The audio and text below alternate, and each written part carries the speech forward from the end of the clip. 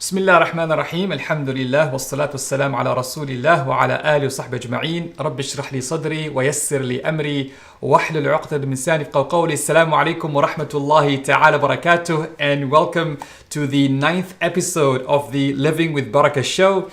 Today we have a special guest, Sh.Joe Bradford, who will talk to us about money, life, and psychology. Really powerful topic, and I think one that we rarely talk about in our community from a personal finance perspective, not in terms of Islamic finance and Islamic mortgages, all that stuff. It's just how you handle your money, how you handle your income, how you handle your savings, and all those sort of questions. Today we have none other than Sheikh Joe Bradford. Sheikh Joe, Assalamu alaikum. Alaikum salam wa rahmatullah. Jazakallah khair for coming live on this call. Thank you for joining us. For those who don't know, Sheikh Joe is the co-founder of My Wasiyah. He also runs his postal part Zoya.finance. He runs Money Coach. You'll find lots of activities involved with, especially in the personal finance space. If you're somebody who's trying to understand how do I manage my money, how do I manage my income, regardless whether you are wealthy or you're just living paycheck to paycheck, how do you just handle this resource that Allah subhanahu wa ta'ala has given us in a way that's in line with your faith? Sheikh Joe is the sort of the person who has a lot of wonderful resources, some are great articles on his website. If you follow him on Instagram, he puts lots of very practical and useful stuff. And with us, with the Productive Muslim, he actually works with us to run a 6-week masterclass, which will be starting, inshallah ta'ala, this Saturday. A 6-week masterclass on how to manage your money, which we'll be really excited to see you all be part of, inshallah ta'ala. Before we talk about the masterclass, I want to sort of start off, Sheikh Joe, by talking about this idea of money and psychology. Because a lot of us think about money, we think it's just money, right? We have it, we use it, we spend it. How does how we think about money affects how we spend, save, make money, all that stuff? So if you just talk about the idea of money and psychology, how it plays around, inshallah. Bismillah. Well, Bismillah, alhamdulillah, wa salatu salamu ala rasulillah. So I think one of the many ironies about money is that we conflate the ideas of money and wealth. And so we look at what people have materially. We look at the clothes they wear, the cars they drive, the happiness that they seem to exude when they have those things. And we say to ourselves, wow, they must be really wealthy. This is why, one of the things that we see with online marketing is the type of online marketing that seems to get a lot of people excited is the person sitting on a hood of a Ferrari, sitting on, showing the different cars that they're driving, the pictures of them flying business or first class, and everybody says, wow, they must really be wealthy.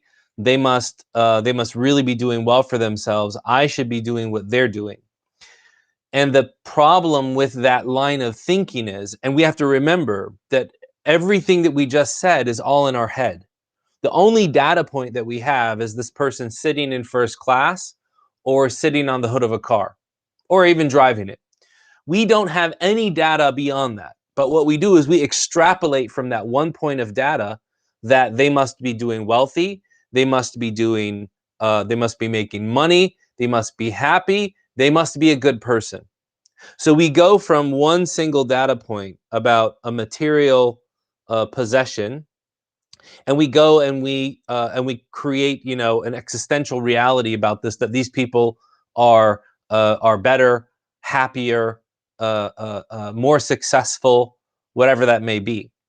So when we dial it back and we think about why we're so entranced with that person and the way that they're marketing themselves, despite only having one point of data, we can actually start to ask ourselves, well, okay, they're driving a Maserati, but is it borrowed? Is it rented? Did they purchase it on a loan? Is it someone else's that they're just posing in front of? Are they actually posing in front of a first class window on the airline, or are they next to their washing machine because the window on the washing machine, front-facing washing machine, looks the same. You have to start to ask yourself if the data that you have justifies the conclusions that you're drawing in your mind. Now, the next question is, what is it in our mind which is making us draw that conclusion? What is it that we secretly want beyond what we see? When we project onto someone else the ideas of wealth and success and happiness, it's because we secretly want those things. And that expression can come out in terms of admiration. It can also come out in terms of degradation. We can be extremely disparaging to that person. Why? Because we're secretly envious. We can be extremely praising of that person. Why? Because we are secretly envious. And so the ideas of envy, the ideas of greed, the ideas of contentment, these are all of the things that are really inside of our own hearts. And they are the things that represent true wealth. What is it that's in your heart that is making you want more materially? You only have one data point about that one person. How many data points do you have on yourself? You might be spending on your credit card and overcharging and saying, it's okay, I pay the minimum every month, I'm fine, not realizing that throws you further and further into interest-bearing debt. But in your mind, you're content when you're buying things, and having things means happiness. Therefore, even if you're engaged in riba and engaged in debt, doesn't matter as long as you're happy. So, when we talk about wealth, we have to reorient what we mean about wealth. So that happens two ways. That happens by, number one, gathering all of the data points about our lives and understanding what our net worth is, what our budget is, what our spending habits are. Then drilling down on each of those and saying, why do I spend the way that I spend? Why do I have line items in my budget, or why do I not have a budget at all? Is my net worth equal to my self-worth? And this is reminiscent of the hadith of the Prophet alayhi salatu wasalam, when he told Abu Dharr, he said, ليس الغنى عن كثرة العرض ولكن الغنى غنى القلب ولكن الغنى غنى النفس. Wealth is not having lots of stuff. It's not having lots of things. But wealth is wealth of the heart. It is wealth of the soul. So unless you can dig down deep and really think about the way you think about money, a lot of people get confused and they think, well, if I could just learn how to create a budget, I would be okay. Budgets are good, but if you don't act on them, they don't matter. If I could only invest, I would be okay. Investments are good, but if you make bad investments, you're going to be thrown into a whole nother emotional, a whole nother new set of emotions you're going to have to deal with. So all of those experiential things are great, but if they're not coupled with existential values, things that are true to you and what you believe, then you'll always find a clash. So with reorienting what we think about money, we have to look into our hearts and understand why we look at those things the way we do. Amazing. And the thing that comes to mind, I mean, this is from personal experience here. A lot of times when we looking at your budget, right? You get apprehensive. For me, exactly. For me, I'm like, oh no, look at my financial banks. And you're like, why am I feeling this way? It's just numbers, money, but there are certain emotions attached to money, certain understanding of yourself. And it's almost like learning that. And if you think about, for example, in the Quran also, Allah subhanahu wa ta'ala says, كَلَّا بَلْ تُحِبُّونَ الْمَالَ حُبًّا جَمًّا. Allah talks about the love of money, like you love it. Like there is that love as well. You attach love to wealth. Profuse love of money. Yes. Profuse love of money, exactly. Yeah. And so the idea of your psychology is how you think about money. And then this brings up a whole Pandora's box, like how you're raised, how your parents talk to you about money, how you come from a privileged background, from a difficult background. And maybe for some people this might seem overwhelming and things you don't want to deal with. But I guess from a perspective of what is on the other side, let's say someone says, I'm gonna take ownership of this. I'm gonna deal with my anxiety of opening my spreadsheet and checking my bank account. I'm gonna deal with looking at the other side and going through these money minds and almost re-scripting, re-editing the script. What's on the what Mhm. can get on the other side for that person? I think one point that's important to mention before we get into that question is that this doesn't have to do just with spending. It doesn't just have to do with the money that you're putting out there. A lot of people say, I've done everything, popular financial coaches have told me to do, and I'm still broke, and I'm still poor, or I'm still struggling. I make a lot of money, but I don't see a lot of it in my life. And one of the reasons for that is because you're not looking at it as holistically. You're thinking that, oh, the problem is I don't have enough, and therefore if I do this, I'm going to have more. When you drill down on the heart, you'll start to understand that, you know what, sometimes these feelings of a lack of self-worth actually affect your ability to make money as well. People will come and will be willing to pay you for your services, and you'll say, "No, no, no, I'm not able to do that right now."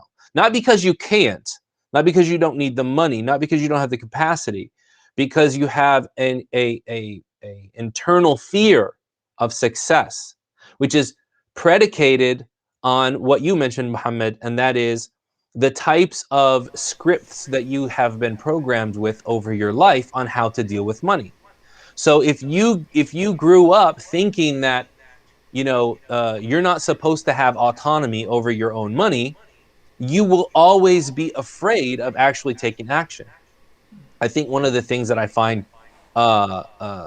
it's a reoccurrent thing, right? I find men in the Muslim community with their mothers, and there's money issues there, right? I find women in the Muslim community, and there are issues there with their parents and how they were raised. And you have a successful adult saying to themselves, I'm not sure if I can open up a checking account. It's like, okay, you have a retirement account from where you work, and you're apprehensive about opening a checking account. Why is that? Why is the question even coming up? Because what you intend for your money is actually setting you back. Your intention is that if I make an intention to spend or to gain money, that I'm somehow doing something wrong. Now, I know that this is a little nebulous and esoteric, so let me drill down on it. Please. Everybody says, I want to be better at finance. I don't know finance. I don't understand finance. That's okay. You don't have to be able to crunch numbers. I'm going to be honest with you. I'm not a numbers crunching guy in the finance world either. I'm a legal and a structuring and a drafting guy, but I'm not the guy who's going to crunch all of the numbers. Like some people, mashallah, are whizzes at that and excel, and they are amazing at that. But let's just talk about this idea that I don't understand finance. So you've put up that barrier to entry in changing yourself. What you don't realize is that finance is predicated on business. So finance, in its essence, every financial relationship is a business relationship. It's transactional. And that's the key word there. Finance is business. Business is relationships. And relationships can win, they can lose, they can be healthy, they can be toxic, they can be harmful, they can be helpful, they can be stagnant, they can be active. So until you start to understand what are my relationships like in the past, how have they formed how I am creating new relationships, and looking at everything in your life. We hear the word relationships and we think, we're talking about, marriage and divorce and children. No, every single thing that you do in your life is a relationship. And so you have to understand, what is your attachment to that relationship? Are you so attached to the idea of something happening that you prevent yourself from good that's come your way? So, for example, you might be so attached to your parents' happiness that you will forego your own happiness and your own ability to put yourself forward and make yourself and them happy by remaining stagnant or not taking action. So the Prophet ﷺ, well, I should say this, it's narrated both as a mawquf narration as well as a musnad narration, meaning that it is at times attributed to the Prophet ﷺ and other times attributed to Ali radiallahu anhu. And that is his statement, أحبب حبيبك هونا ما لعلك أن تبغضه وابغض بغيضك هونا ما لعلك أن تحبه. Love who you love in moderation.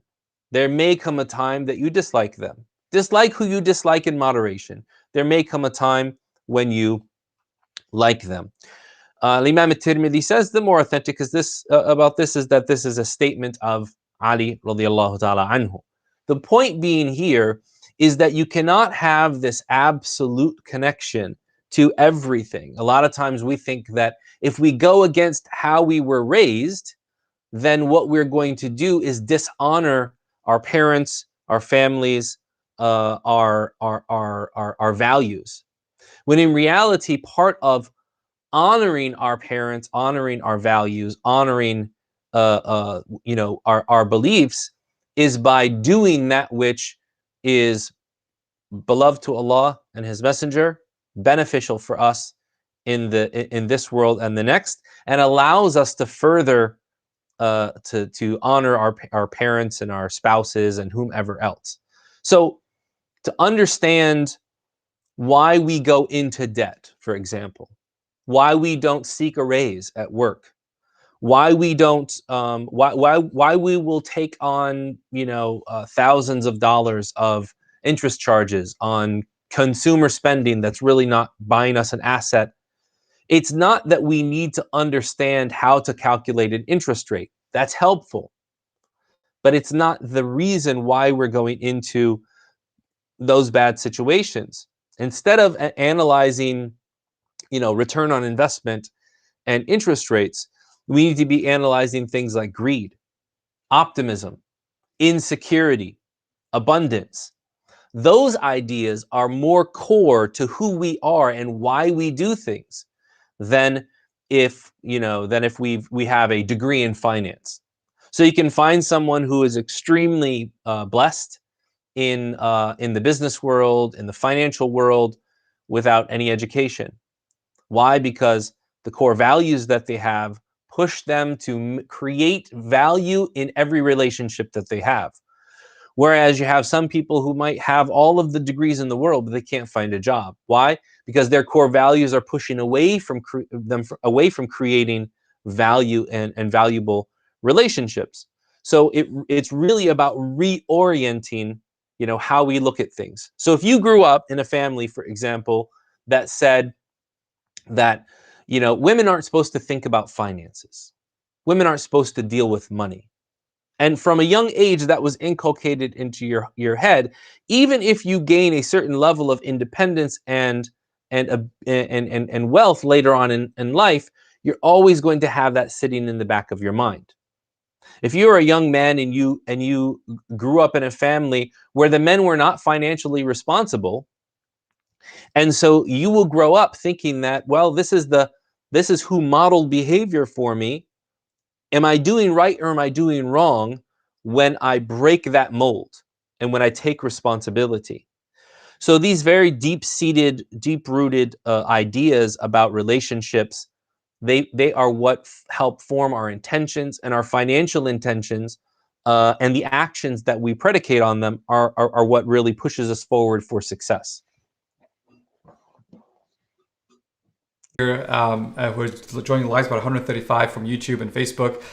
Salam to Uthman. He says that only get to see me is through the live stream. Sorry, man. Inshallah, post COVID we'll meet up. Inshallah ta'ala. Rusa from Dallas. Assalamu alaikum. Mac from Dubai. Assalamu alaikum. We got Saeed from India. If you guys can relate to what Sheikh Joe is saying, how the way you think about money impacting how you actually deal with money. And I would love to hear your stories, your examples. If you can type in the channel, I would love to feature some of you, how you think about money. And something you said...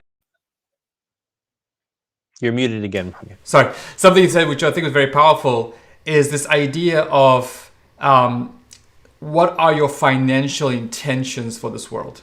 because a lot of us we think the financial intention, the ultimate financial intention is more is better. As long as I can get as much as I can within a shorter period of time and retire comfortable and not have to suffer at all and be able to maybe make those big charity checks and go to Hajj every 5 years. That's awesome, right? But I want us to kind of, how do you, is there a single financial, overarching financial intention that we should all aspire to, or is it contextualized based on your life circumstances, how it goes in this world? Well, I think that it's important to look at this as layers. So there's, we don't want to be from the camp that kind of writes off getting more. True. Well, people will say money can't buy you happiness. It can't, but it can secure a certain level of comfort, which allows you to pursue things which make you happy. Let me explain. There have been studies that have shown that people who make between $75,000 US to $125,000 US generally don't have any marginal return on happiness due to the money that they have after that amount. Meaning that if your basic needs and necessities are covered and you have the ability to spend time on the things that you want, it's not the increase in money that brings you the happiness, it's the increase in time. So there is a certain level of endeavor that we have to not necessarily to have a profuse love of wealth, as you had mentioned the ayah earlier, but to have enough wealth to be able to cover those things which are necessary. The Prophet ﷺ, in the hadith of Sa'id ibn Abi Waqqas radiyallahu ta'ala anhu in the Sahihain, that he came to Sa'd ibn Abi Waqqas when Sa'd was on his deathbed, and he asked, can I give away all of my wealth? The Prophet said, no. Can I give away half of my wealth, or 2/3 of my wealth? No. Half? No. 1/3? He said a third, and a third is still much. لأن تترك أهلك عالة لأن تترك أهلك أغنياء خير من تتركهم عالة يتكففون الناس. For you to leave your family wealthy is better than to leave them poor and destitute, begging of people. So there is a value to actually having material wealth. Now that's going to differ where we're at in life. I know people who make no more than $50,000 a year and who are probably the most happy, content people, and actually do more materially than people with more. So I know a person who's around 50K a year, makes Umrah every year, travels with family every year. And why? Because of the way that he's managing. He has certain goals. So the first level is have enough to meet your needs. It's not praiseworthy to be to force yourself into destitute poverty and to not apply yourself. The second level on top of that is to have, goals and have intentions for what you want to see about yourself. Now, this takes us from the idea of simply looking at things per dollar sign to looking at what we want to achieve as far as experiences and as far as the meaning that we bring into the world.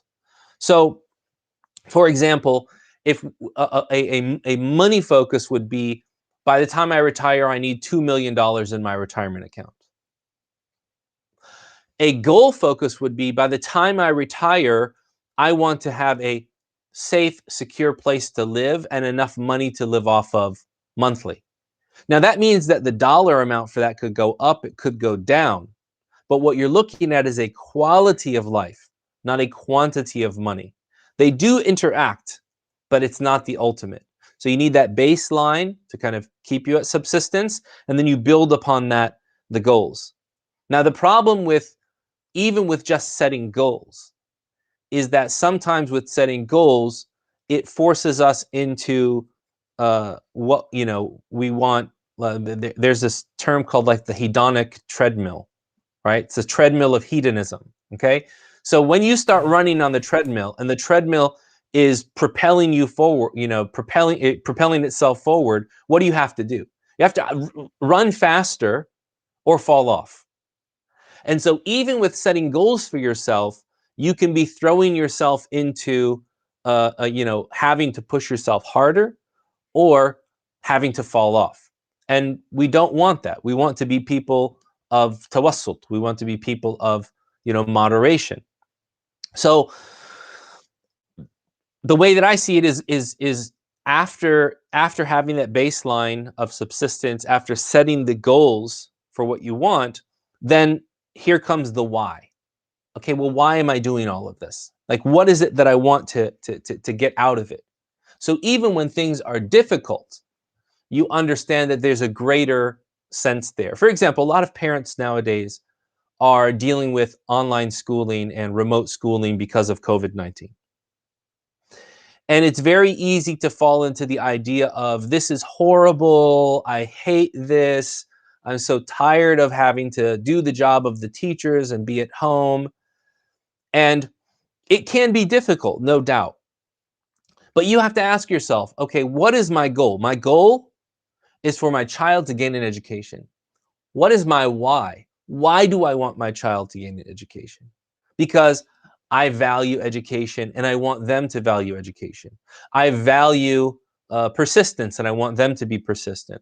I value independence and I want them to be independent. And they're not going to be able to do that unless they have an education. So I might have to go through some of the difficulty of shepherding them through that point, right? But even though it's difficult for me, I gain a greater relationship with my child by doing so. So when we look at things differently, when we look at the cost, we look at the goal, and then we look at the why, we jump into something which is greater than just financial planning, and it's called life planning, where we're really looking at having an integrated approach to how we manage our money and the effect that it has vis-a-vis our values on our life. I love that. And something you said that I think struck home. A few people said that the idea of, how do you fund, I guess what you mentioned, fund contentment, right? How do you, because if you think about what's ultimately what you want to, if people talk about why they want money, in the end, they don't want, for example, they want to have enough money when they grow old so they can have places to live, so they don't have to, depend on the children, something you put that at great, or, have, especially healthcare cost goes up. And you want to get to a point where something you forget the why. And that's why the idea of financial intentions can be very powerful.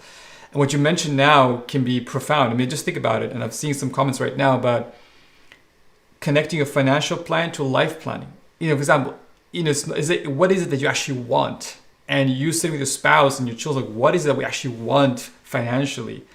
And it's not like there's one script. There's multiple ways to get to that script. Do we want that mega house where everyone lives under one roof and then like multi-generational home? Do we want to have, to be able to do more charity? Do you want to go Umrah every single year?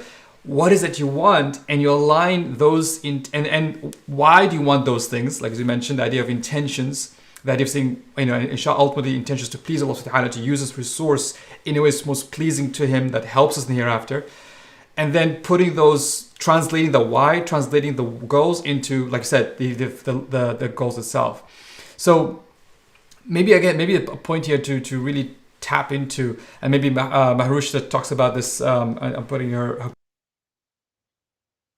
Sorry, again. What really helped me recently is to focus on need versus want when it comes to spending. I'll ask myself, do I need it or want it? And more than need and want, I guess it's like I said, the why before the need and want. You might want something that's aligned to your why. Maybe it's not a need, but it's aligned to your why. You might go for it, basically. So maybe talk more about life planning, the areas to focus on, and how to translate that into financial planning. So with the idea of life planning, I think one of the questions that comes up, or when I talk to people in my practice about money, a lot of times, when you draw down on this idea of, okay, we can go through the budget, but if you don't follow it, it's not going to matter. So what is it that matters to you? And a lot of people are just exasperated.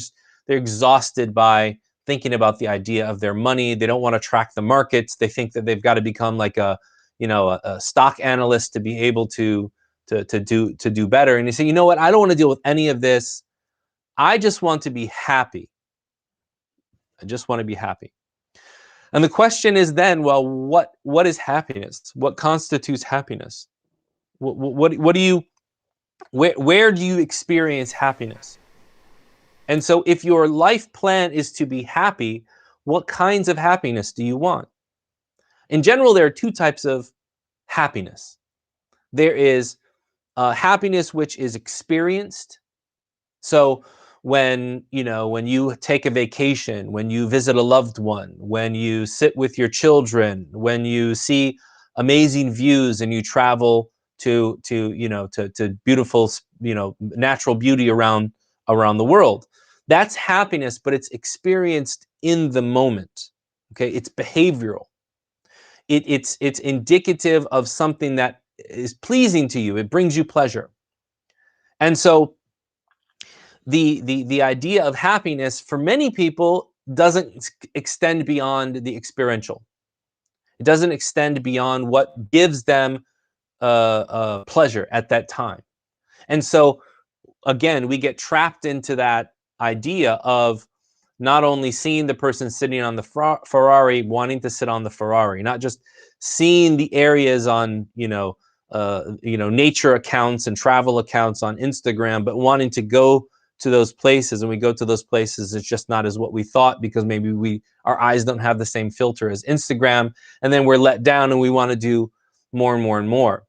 So we can find pleasure in the moment, but there's another type of pleasure and another type of happiness that comes, that is reflective, that makes us look backward at those experiences, both the good and the bad, and find some meaning therein. So it's more existential. It's about discovering meaning in everything that you experience, right? إن في خلق السماوات والأرض واختلاف الليل لآيات لأولي الألباب. In the changing of the day and the night, and the creation of the heavens and earth are signs for people of innermost core, ulul albab. So if you are honed in on your core, it is easier to see the value in things around you, even when things are not going right. So here in Texas, we had the snowstorm recently. I spoke to a lot of families who said, while we didn't have all of our creature comforts and our experiences, because we didn't have heat, we didn't have water, we didn't have electricity, we didn't have, and everything that runs off of electricity. One family told me, said, we did something that was very interesting. We actually sat and talked to each other for maybe an hour and a half every night. We hadn't done that. They said, I don't even remember the last time we had done that.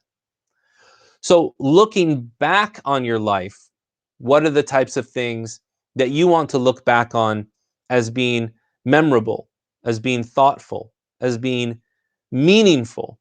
And so what kind of meaning do you want to have in your life? Well, if you want to have a certain type of meaning, let's just take the example of traveling on vacation.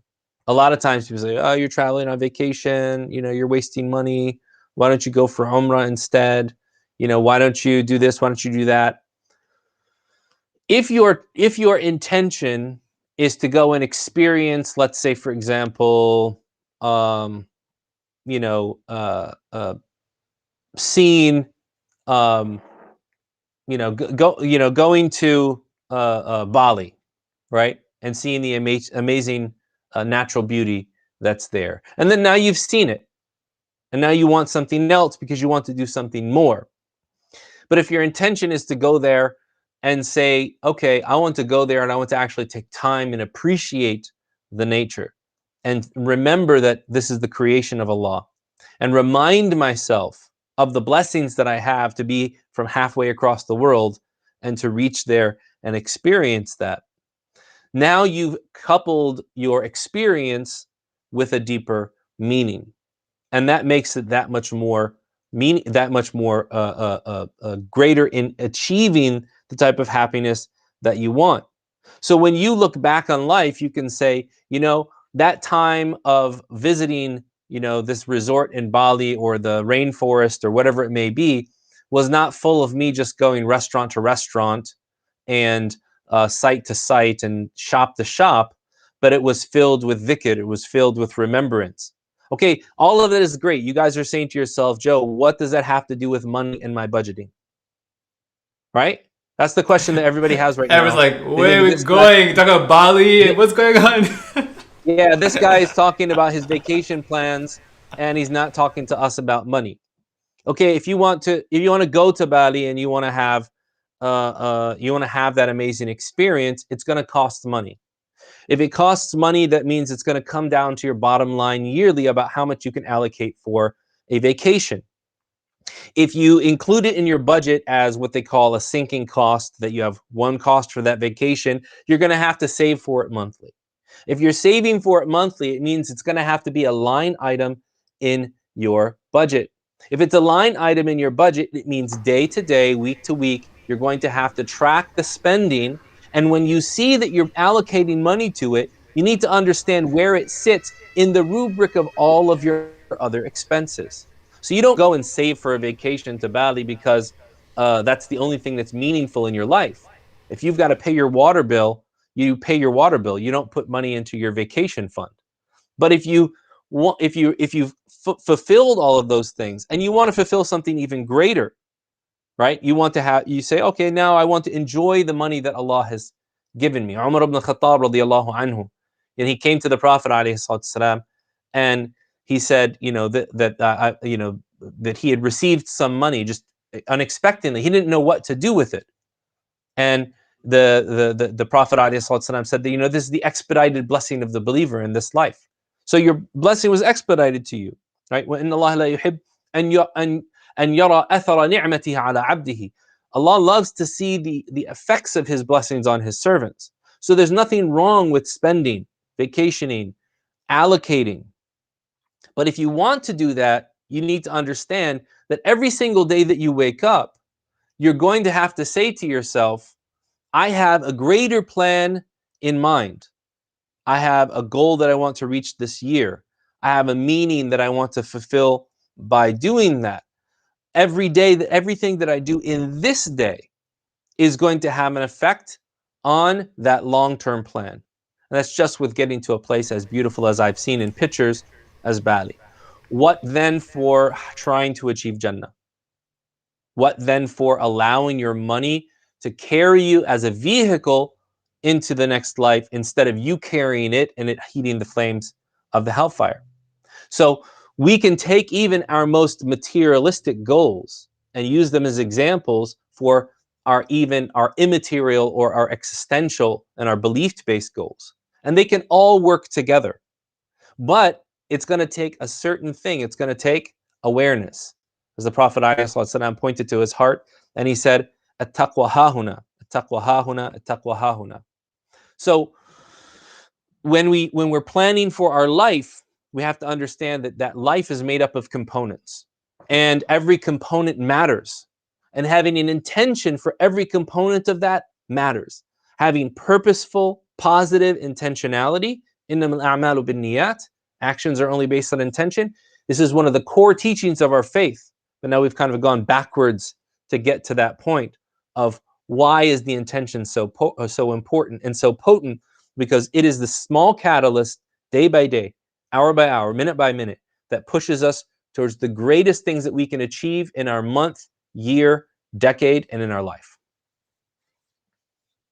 Love that. And subhanAllah, this whole idea of, you talk about long-term goals and brought down to like your day-to-day decisions. And we find this in every area, whether it's in productivity, whether it's in health, whether it's relationships. It's almost like where you're headed, what's the ultimate intention, and bringing it down. And one thing that we found, even doing with all this work we've been doing with Better Muslim, is having a God-centered hereafter approach life, right? We call it barakah culture, right? God-centered hereafter focus helps you think about those long-term plans. It helps you put them, in action day to day, because we know that death can come any moment. We know that Allah subhanahu wa ta'ala is watching us. So even though these things might seem long-term, but they also have this almost like minute-to-minute detail. And how you spend your money, where you spend your money is part of that equation. Just like how you spend your health, how you spend your time, where you spend your time is part of that equation. So I want people to see like we're talking about these concepts, at Productive Muslim, productivity or health or mindfulness or money, that it comes down to that us putting the intention for Allah subhanahu wa ta'ala, understand where we're heading, the hereafter approach, being hereafter focused, and then bringing all those points to the day-to-day decisions, to the practical day-to-day decisions, that we call practical spirituality. Something we've been working on, and Sh.Joe, and again, for those who just joined us, Sh.Joe has a money masterclass with Productive Muslim that's starting inshallah this Saturday. You can check more details on that. And for those joined us, there's actually a free gift that we'll be giving you towards the end. So stay another 10-15 minutes. We'll give that free gift to you all. And again, those are putting your comments. Thank you so much for putting your comments. Really appreciate it that you guys are interacting, ask questions. I can see people are even responding back themselves. As Abdul Basit mentioned earlier, we need a space to talk about money. We need a space to talk about how do we handle money in a practical way. Beyond just the sort of the halal and the haram, that's important to talk about that. But also the practical realities of how do you handle yourself? How do you approach money? This is something that Sh.Joe has really dedicated his life to and to teach and learn. In the next sort of few minutes, Sh.Joe, I want us to talk about almost you spoke beautifully about, having those life intentions, understand your financial decisions from that perspective, funding your akhirah, so to speak, right? Funding your pursuit of Jannah, funding your pursuit of Allah's pleasure and His acceptance through making those daily decisions of where to spend money, how to spend money, what to save, what not to save. If you can just touch on kind of this integrated approach to what a good life looks like. Because again, in the end, you said, most people ask, why are you saving money? Why are you trying to have $2 million in your retirement account? Like, well, I just want to have a good life. I just want to be content. What's an Islamic approach look like? Whether you are someone, mashallah, is blessed with a very, very large monthly check, or someone's just making paycheck. What does a good life look like financially from a spiritual perspective, inshallah? So I think when we talk about having a good life, it's important first to ask, what do we really know about our life? And if we kind of double back on what we started with, we many times take one data point in our lives or the lives of others and extrapolate out from there. And so we will judge our own life as being bad because we're only looking at one thing that happened in that life. We'll judge others' lives as being phenomenal because we're only looking at one thing in that person's life. And in reality, if we're to be honest with ourselves, in the grand scale of human history, we probably have, our entire generation is less than 1% of the entire experience of humankind. So there's something greater than our personal experiences, the experiences of us and our families, the experiences of the generation that we live in, of the century. There's something greater than that. And so keeping in mind that our values guide us in that, when we look to what Allah subhanahu wa ta'ala says about what having a good life is, He said, مَنْ عَمِلَ صَالِحًا مِنْ ذَكَرٍ أَوْ أُنْثَى وَهُوَ مُؤْمِنٌ فَلَنُحْيِيَنَّهُ حَيَاةً طَيِّبَةً وَلَنَجْزِيَنَّهُمْ أَجْرَهُمْ بِأَحْسَنِ مَا كَانُوا يَعْمَلُونَ. That whoever does righteous deeds, from male or female, while they are a believer, then we will enliven them with a good life, and we will reward those. We will reward them with the best of what they had done. So there's a few things here in this verse. Number one, we talked about people saying, I don't understand finance. I want to understand finance. Finance, if it's not guided by your values, then it's amal, it's action, but it's not amal salih. It's not righteous action. So unless you're guiding your finance by your values, then you're not going to find the type of good life that you want. It doesn't matter if you're a male or a female, man or woman, you're able to do that. You're able to do this. You have autonomy. وَهُوَ مُؤْمِنٌ. You have a core value. You have core values that are important to you. And this is This is probably the I think in our 6 cohorts that we've done with the Money Masterclass so far, it's been the most elusive thing to people, because when you ask people, what is your value? Go, I value Islam. That's not what we're talking about. We all value Islam. What we're talking about is a deeper spiritual connection that's informed by our belief in Islam, right? So what is it that is that iman that we want to have, so that we can get to that good life? I personally have found that the most powerful, if we're talking about lifetime, akhirah goals, lifetime goals in the material world, and decade-based goals, and 5-year goals, and 3-year goals, and yearly goals, and monthly goals, and even daily goals. I have found that the most powerful thing that we can do day to day in creating that good life is shukr, is gratitude. By actively showing gratitude for what we have, large and small, journaling it, and connecting that to your budget. And I do this with actually some of my clients. They have a budget, they have a line item in their budget. Okay, well, how did your daily gratitude journal relate to your budget? Well, I paid my electricity bill. Nothing big, no big deal about paying my electricity bill. No, alhamdulillah, I was able to pay my electricity bill, and because my electricity bill was paid, I was able to get online and benefit. I was able to trade stocks today. I was able to attend a Zoom call. My children were able to remote school in. I was able to do so many different things. When we cut the material off from the value, when we make material a priority and we don't give it a purpose, we get farther and farther away from that good life. When we make purpose and priority core to showing gratitude, that's when the snowball effect comes in with having a good life, because the actions that we do are tied to good intentions, and those good actions with good intentions are tied to a higher purpose, and they drive us towards that good life. And it all starts with a very simple line item in your budget to make a change in your life. SubhanAllah, that's, and again, people are just saying this is profound. How many of us, those who have budgets, don't have budgets, literally the fact you can pay a bill, the fact that you're able to, and link to gratitude, and then linking your financial plans, the financial daily activities to that, it's a huge power reshift mindset, inshallah. And for those, again, we're excited to run our 6th cohort of the Productive Muslim Money Masterclass with Sh.Joe Bradford starting this Saturday, inshallah. And I want to just first play a small clip for you to watch, talk about this masterclass, what it's about. And then we're going to talk about the masterclass a little bit, and then we'll give you a free gift. There's a really powerful free gift that Sheikh Joe has prepared just for those of you who watch this live stream with us live. So stay on for a few more minutes, and we'll talk about the free gift and how it can help you, inshallah. So here's a video about the money masterclass.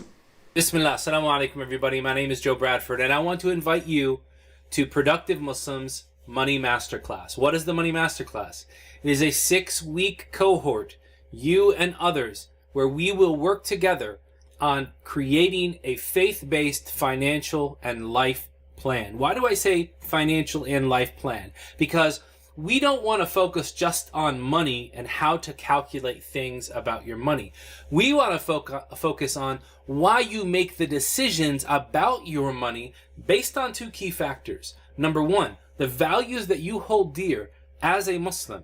What are those values? What should those values be? And how do those values fit into the modern world? And number 2, the behavior and the psychology behind the decisions that you make. Because growing up, being in a family, being in a society will condition you to make decisions in a certain way. So how can we take your experiences as well as your values and apply them to the context that you live in? That's what we do in the Money Masterclass. Now, a lot of people, when dealing with their money, find that they are running out of money. They don't have basic financial literacy. They don't have enough money that's saved for retirements. In fact, 67% of all Americans say that they don't have a budget. So what are we going to do to bring the values, the experience, the context all into one and allow you to walk away with a 5-year, 10-year, 15-year plan for your finances based on your faith? Number one, session 1, we take control. We start with a comprehensive review of all of your financial assets, all of your liabilities, the things you owe to people, the things you own, the things that you're earning, the things that you're spending, and show you how to take control and gather all of that documentation, all of that information up, and understand your financial net worth and how to capture that information. Then, in session 2, we ask the question, where's your money going? We then create a budget. We learn how to build wealth. We understand the difference between wants and needs, things that are extra in our lives and those things that are absolute musts. And then we start to connect those to our values. And that's where we get into session 3, where we talk about barakah planning. In barakah planning, we take small financial decisions and we learn how those small decisions grow exponentially. Either grow exponentially in loss or grow exponentially in gain. And we call it barakah planning because we believe that the small decisions, if they're started with the proper intention and in the proper way, then they can increase the level of blessing that you have in your life. By paying off your debts, by getting out of debt, by ceasing to pay interest, by moving your money into permissible investments and savings. Learning that it's not about just hustling and doing more, but it's about doing what you do well and inculcating barakah into everything that you do. In the next session, session 4, we talk about money psychology. This is where we talk about how you think about how you spend, how you think about how you earn, and we talk about the psycho-spiritual perspective of finance and how that relates back to, again, the barakah culture, the barakah mindset versus a scarcity mindset, a hustle mindset, one that's focused on material wealth. No, we don't want that. We want one that's focused on the next life. So we focus on using our material wealth as a means to carry us to the best of this life as well as the best of the next.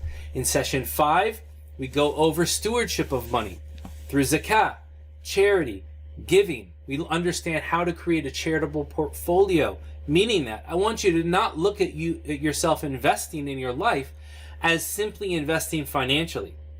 Every moment that you spend with your wife, with your husband, with your children, with your parents, with your community, volunteering, giving sadaqah, giving zakah, any of those aspects is an act of good that should be going into a portfolio, and you should be managing like you manage your investment portfolio. So we'll learn how to create that as well. And then in session 6, this is where we wrap everything up. This is where everything comes together. We take the investment portfolio, the afterlife, the charity portfolio. We learn how to make proper investment decisions. We talk about major purchases and how we take those values that we spoke about and how we think about them with our money mind and how we embed them and apply them to our financial decisions for determining our future, our children's future, our parents, and assisting them financially in their old age, and making sure that we are secure in faith, we are secure in mindset, we are secure financially, and we are the most effective for ourselves, for our families, and for our communities. So I hope that you will join us in this 6-week session. Sessions will be live. You can join live and ask questions live, or you can join virtually. Take a look at the recordings and then follow up on our community chat and our community links that we have for the students that are part of the cohort. Looking forward to seeing you all soon. Wassalamu alaikum wa rahmatullahi ta'ala wa barakatuh. Jazakumullah khair. So I hope that you all consider joining the Money Masterclass with Sh.Joe Bradford. Sh.Joe, you've taught this cohort 5 times. What are the biggest sort of aha moments or things that you realized maybe as you taught this masterclass that have come to you as you're part of this journey, basically? Personally, I would say that the wealth of information that we have in our faith about our money psychology goes beyond the level of just what is halal and what is haram. We're always looking at, I think one of the questions that a lot of people have is, what is halal? What is halal? Is it halal? Is it haram? And what we should be asking ourselves is, well, if it's halal, is it still the best for me? Like, how can I achieve the best out of the situation that I had? And personally, I mean, one of my kind of realizations in that is that the breadth of applicability of our value system to the area of finance is so much more expansive than we give it credence to. We give credence to, and that we allow. And it's about to stop looking at compartmentalizing our ideas of what faith is, and to look at it holistically as something that we live actively. Inshallah. And again, for those interested to register, you can go to productivemus.com/money. It starts in 5 days, this Sunday, inshallah. If you go to the page, you'll see this. Come here, you can just click register now, and we'll talk about, and you can sign up. These are live cohorts. So Lena, your question, will it be studied live? Yes, it'll be live for 6 weeks. You'll join him every Sunday for 2 hours. Well, sorry, 9.5. Might go up, something goes up with Q&A. But inshallah, and there's what's actually we'll do with the live cohorts. Not only have the live sessions with Sheikh Joe, but you also have access to our community space where you can ask questions there as well. And Sheikh Joe has office hours where he goes in response. And for those of you who want, you can also upgrade and get 45 minutes coaching as part of your package if you choose the premium package for the masterclass. This is again, we've had almost over 200 students go this masterclass, and we've got some amazing reviews. People have said, You're muted. I know Sheikh Joe has live case studies of people who actually be able to pay off their debt after this masterclass, or on track to pay off their debt. So this is going to be very, very powerful, inshallah. And now I wanted to, before we wrap up, I know some of you have been very patient with us. We do have a free gift for those of you who joined us. We are offering Sheikh Joe a special gift that he's giving. It's called your one-page financial planner. So if you go to bit.ly/Joe Gift. You go there right now. So if you're on the chat, if you're on the live watching side or recording, go to bit.ly/Joe-Gift. You'll get a one-page financial planner and private access to a live webinar on financial planning.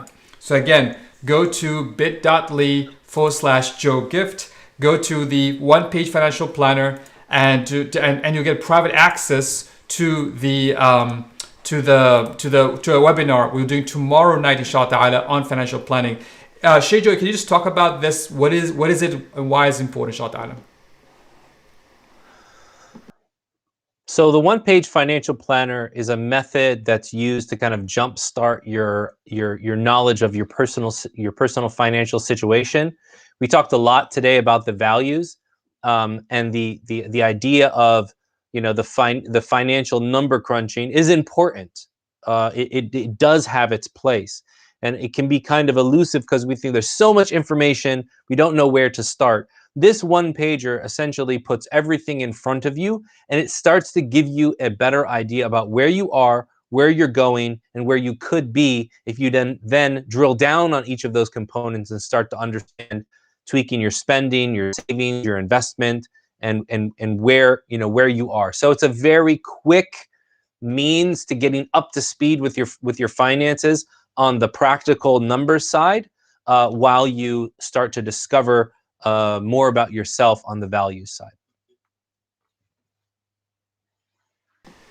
Awesome. So I just shared this link inside of Facebook, and as well as, inshallah, inside of also YouTube. So if you go to those pages, you'll find, and again, we'd love to see some of you in the private webinar. So if you join, if you get this, if you go to this page, download this bit of, this one-page financial planner, you will actually be invited to a private webinar with Sheikh Joe tomorrow at 7 o'clock, where he'll walk you through this PDF and how to actually literally use this PDF as a one-page financial planner. So I really hope that you're able to get it. I hope you can use it. Osman already saying that he's already downloaded. Thank you, Osman. Appreciate you, man. Clean, easy to understand. And again, and not only get the PDF, but you get the 1 hour additional webinar. But this is only for those who take action, only for those who download inshallah ta'ala and sign up for the get it from the bit.ly. I said bit.ly/Joe gift. So a special gift from Sheikh Joe inshallah ta'ala. You'll get to understand all those questions you have about the financial planner. You'll understand all of that inshallah tomorrow. Join us in the webinar. We'll tell you more about that inshallah ta'ala.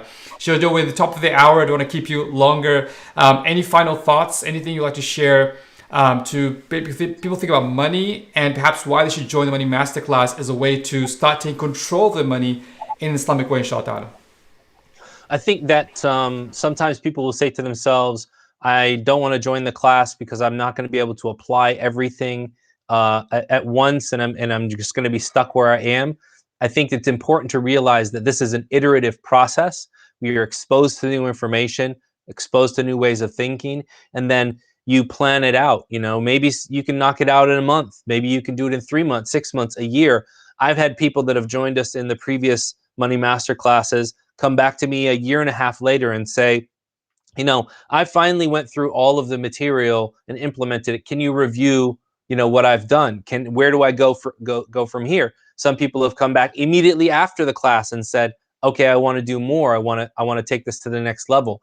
So don't hamstring yourself because you don't feel that you're going to be able to do everything at once. That's one of the reasons why we have the live classes and all the recordings are made available, and the community that we've created around this class stays live all of the time, so that you can always pop in and ask questions and review material and get feedback and implement it and pace yourself in doing so. I think that's been ups for some people, but you will have live classes to attend. You will get the recordings for that. And we do even have like office hours and, times where we'll meet online outside of the classroom to discuss and chat about things. So there is a lot of opportunity to grow, whether it be within the 6-week window or even beyond that. Absolutely. And one thing we all do offer as part of the Money Masterclass is we do offer any alumni. If you go if you register once, you can actually rejoin subsequent live ones. And people have found this really beneficial. Like you said, sometimes you go once and maybe there's things happening, you're busy. But then let's say we run this masterclass about 2-3 times a year. So you can rejoin again for future cohort as well. So if you register now, not only you're locking yourself into as part of this community, you join this community, but you're going as part of this lifelong journey. And one thing Sheikh Joe does, which I really appreciate, is that he takes time to rethink the content to make sure that it's tuned to how people respond. And that's why it's almost like a different experience every time you rejoin as well. So I really hope that you all start considering this Money Masterclass as a way to take control of your money, understand how it aligns with your values, and not feel so helpless. So a lot of us, we feel kind of helpless, feel confused, feel like there's a lot that we don't know about money. It's all over the place. But this is an opportunity for you to kind of invest in yourself, take the 6-week journey, take control of this issue that may be a sticky issue for you with your parents, with your spouse, with your children. Try to resolve it, understand the money minds, apply it in your life, and see the impact inshallah ta'ala. We have, mashallah, Zakla, Dr. Sulaiman, always a great person who's gone through this masterclass. He took the first cohort, mashallah, and truly helped reshape his relationship with money from a faith perspective, faith mindset, and hyper focus on tapping on barakah. And that's one thing, again, that this class brings. There's a lot of personal finance programs out there, but one thing that's unique with Sheikh Joe that he brings to the table is the barakah aspect, is how do you how do you start thinking of money from that perspective of barakah and tapping into that perspective of barakah versus just, again, just the, as Sh.Joe mentioned, the hedonic sort of treadmill, just kind of like just getting on the treadmill, trying to get more for more sake, inshallah. So I really hope that you all sign up, and thank you, Sharmeen, for sharing the link. It is at productiveness.com/money.